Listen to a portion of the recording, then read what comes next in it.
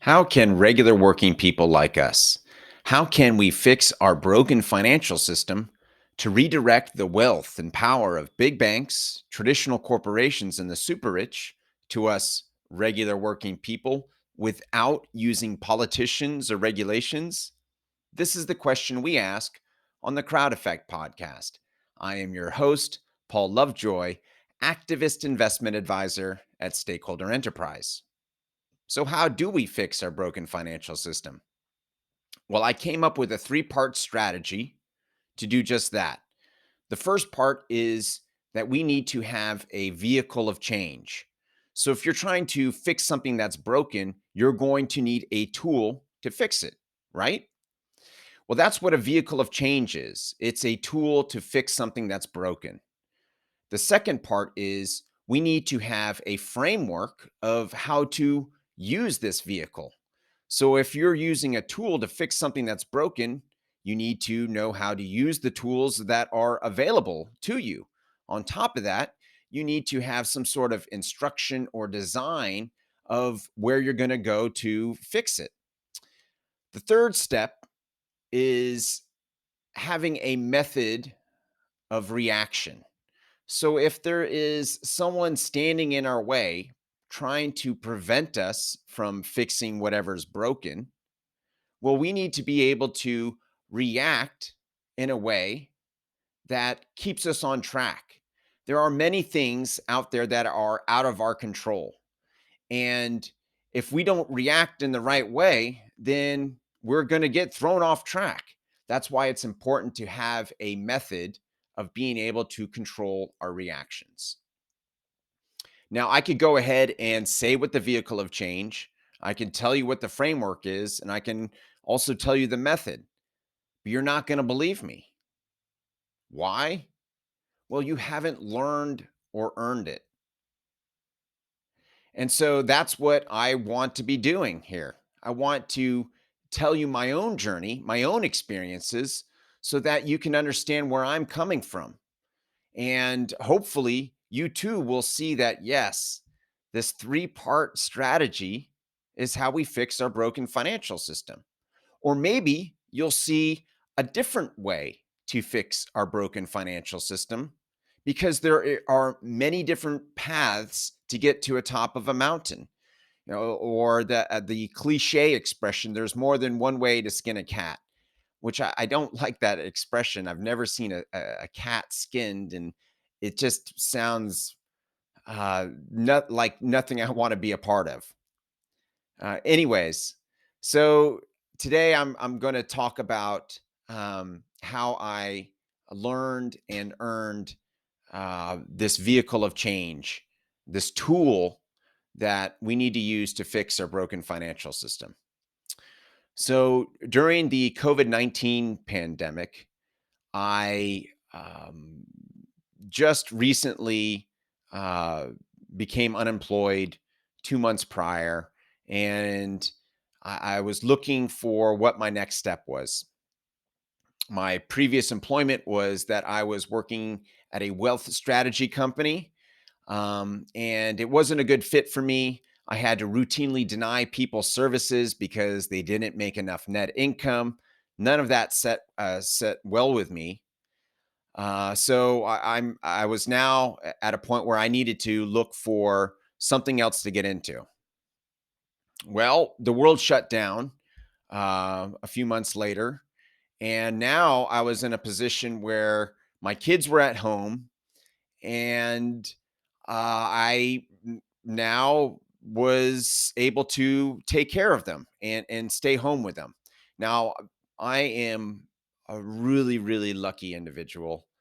My wife is one of three pediatric gastroenterologists in the state of Hawaii, and she was able to continue working and was able to support me and our entire family during the COVID-19 pandemic. And gosh, so grateful, so lucky to have a spouse who can do that. So while she went to work, I stayed home with the kids while they were going to school remotely. And I decided to do a limited series podcast as my pandemic project. Now, in 2016, I discovered something called social enterprise, which are organizations that are designed to use business strategies to solve social problems. And I wanted to research and learn as much as possible as I could about social enterprises, because at that point, I didn't really know much. So that's what I did. I started to research social enterprises.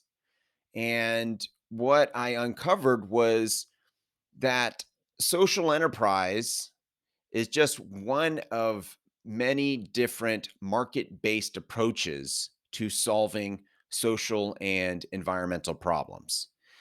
And through my research, I also uncovered something called impact investing, which is investing with the intention of uh, generating positive, measurable impact alongside a financial return. Impact investing. The other market based approach I found was the circular economy, which is a framework that allows companies to become very profitable by being environmentally responsible. Uh, the fourth market based approach I found was something called community development financial institutions, or CDFIs for short. This approach came out of the war on poverty in the 1960s. When the funding dried up, um, many of these financial institutions just disappeared because what was happening, the federal government was funding their operating expenses. They were subsidizing the operating expenses of these financial institutions. And then when the funding dried up, these financial institutions went away, and the survivors of this war on poverty, the people, the activists who were really responsible for um, getting this funding happening in the first place, well, they learned some valuable lessons. The lesson was that uh, these financial institutions must be self-sustaining. They can't rely on charitable means or government funding.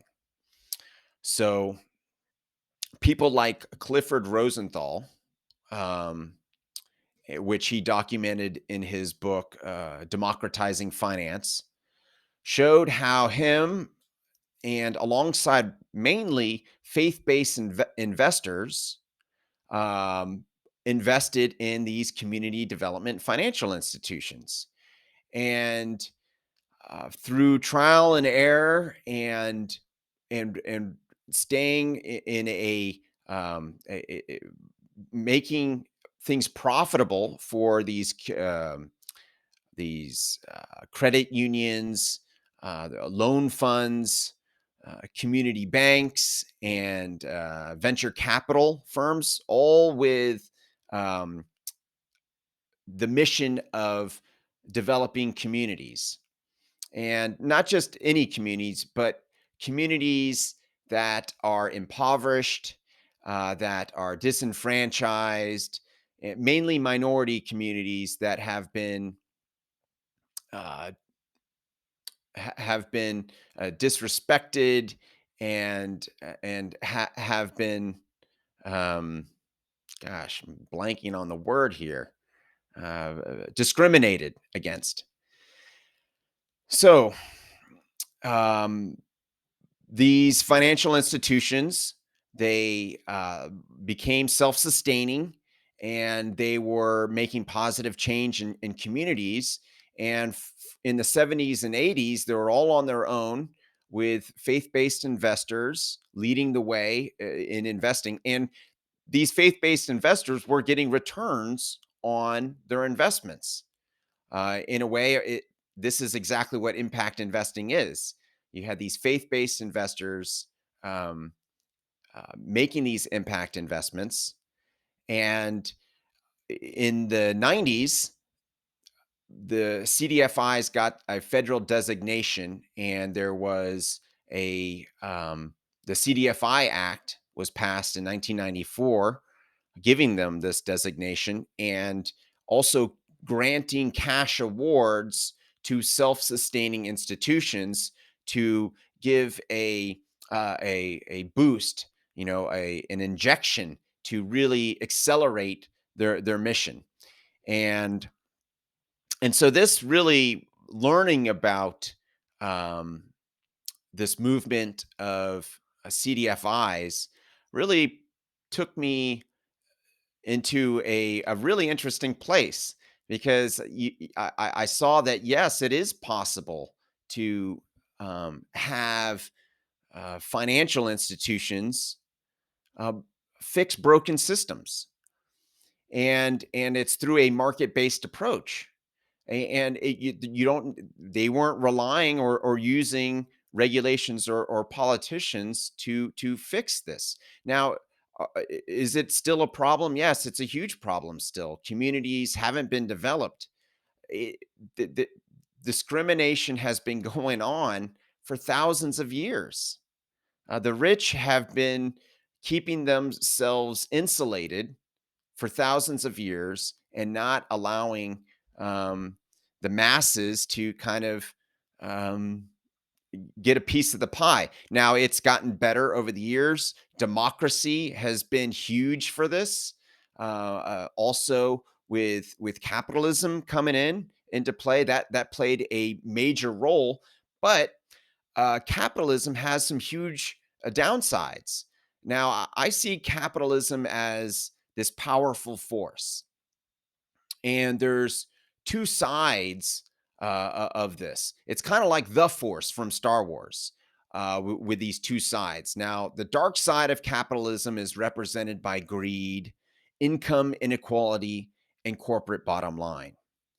On the light side of capitalism, we have prosperity and livelihood, innovation, and the bottom line for all stakeholders. So, a stakeholder is anyone that has an interest in the success of a business. So, we're talking about employees of the company, customers, vendors, suppliers, the community the company serves, the environment the company operates in. Investors and shareholders are also stakeholders. So, when you have a bottom line to all stakeholders, there isn't a single focus on the shareholder, on this corporate bottom line. And because of this force and this recognition that yes, capitalism can be incredibly exploitative through the dark side, but if we embrace the light side, well, then we could be a force for good. And this is the fifth market based approach that I uncovered, which were certified B Corps and the nonprofit B Lab, which came up with a brand new corporate structure called benefit corporations, which um, legally allowed companies who are benefit corporations the ability to not just the legal ability to not just look out for shareholders, but for all stakeholders. So the certified B Corp movement and the benefit corporation, that was the fifth market based approach. Now, when I was learning about impact investing, I wanted to become an impact investor and saw that there was very few opportunities for regular working people to engage in this type of activity and to become an impact investor. Really, only philanthropists were able to become impact investors. The one place that regular people could invest in were in CDFIs, which are great, but there are so many more impact investments going on that regular people just don't have access to. And the reason, because these investments are in something called the private market of investments. Okay, I know I'm getting in the weeds here and I'm explaining a lot, but the private market, it's not just where impact investments happen. It's where only the top 2% of US income earners are allowed to participate in the private market of investments. It's where the rich and institutions, the big banks, the powerful corporations go to get foundational wealth. This is where you can invest in the ground floor of companies. This is where you can engage in private commercial lending. All of this is excluded for regular working people. And that's what really troubled me when I learned about impact investing. It was in this private market. The regular people, regular working people, 98% of US income earners can only participate in the public market. Well, the public market is the stock market, really. You can buy stocks and bonds from publicly traded companies. So essentially, 98% of the US income earners are investing in corporate bottom line, which is perpetuating this income inequality. You're investing in companies that are outsourcing, that operate in authoritarian controlled countries. All of which is just this perpetuation of income inequality, and that's all we were allowed to do. However, I discovered a back door to the private market when I was working for this wealth strategy corporate company. And this back door was crowdfunding. In 2015, the private market was deregulated, allowing crowdfunding, allowing the general public to crowdfund into the private market. So that was 2015. It's 2023. It's been 8 years.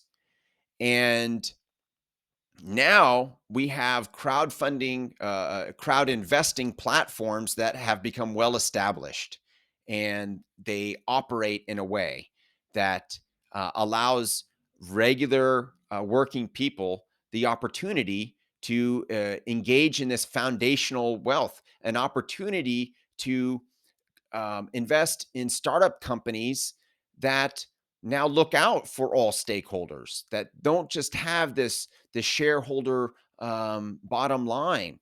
Allows regular people to invest in small businesses. Allows regular people to engage in commercial lending to other regular people, to prevent predatory lending from happening. So that's when I kind of discovered this sixth market-based approach of crowd investing. And the crowd investing is this democratic vehicle of change. And that is the first part of, of the strategy of using crowd investing to erode the wealth and power of the big banks, the traditional corporations, and the super rich. Because when we become crowd investors, now we're competing with these institutions, and we are now, instead of the money going to these institutions, they're going to 98% of US income earners, the just regular working people. Um, Now, instead of just the select few dictating which projects get funded, which startup companies receive uh, funding, now that it's not just dictated by this wealthy class. Now we could choose to fund minority communities, women who are historically have been shut out of of funding from for starting these businesses up. And it's provided this democratic way of doing things. And it's the startup cost is now $1. Anybody with a dollar can be a crowd investor. It has completely opened up and made itself so inclusive to to um, to become the change. And that's what crowd investing is. We're not forcing anything to happen. Instead, we're becoming the change. We are becoming the financial system. It's not just the 2% of U.S. income earners. It's not just these big banks that are exploitative and that take abuse their customers. It's not these powerful corporations that are just focusing on getting as much profit as possible to have more profit this quarter than the last. That's not the case anymore. We now all have an opportunity to be the change. My name is Paul Lovejoy. I am a crowd investor, and I see you are one too. If you want to know how to democratically fix our broken financial system without protesting or through divisive political action, go to stakeholderenterprise.com.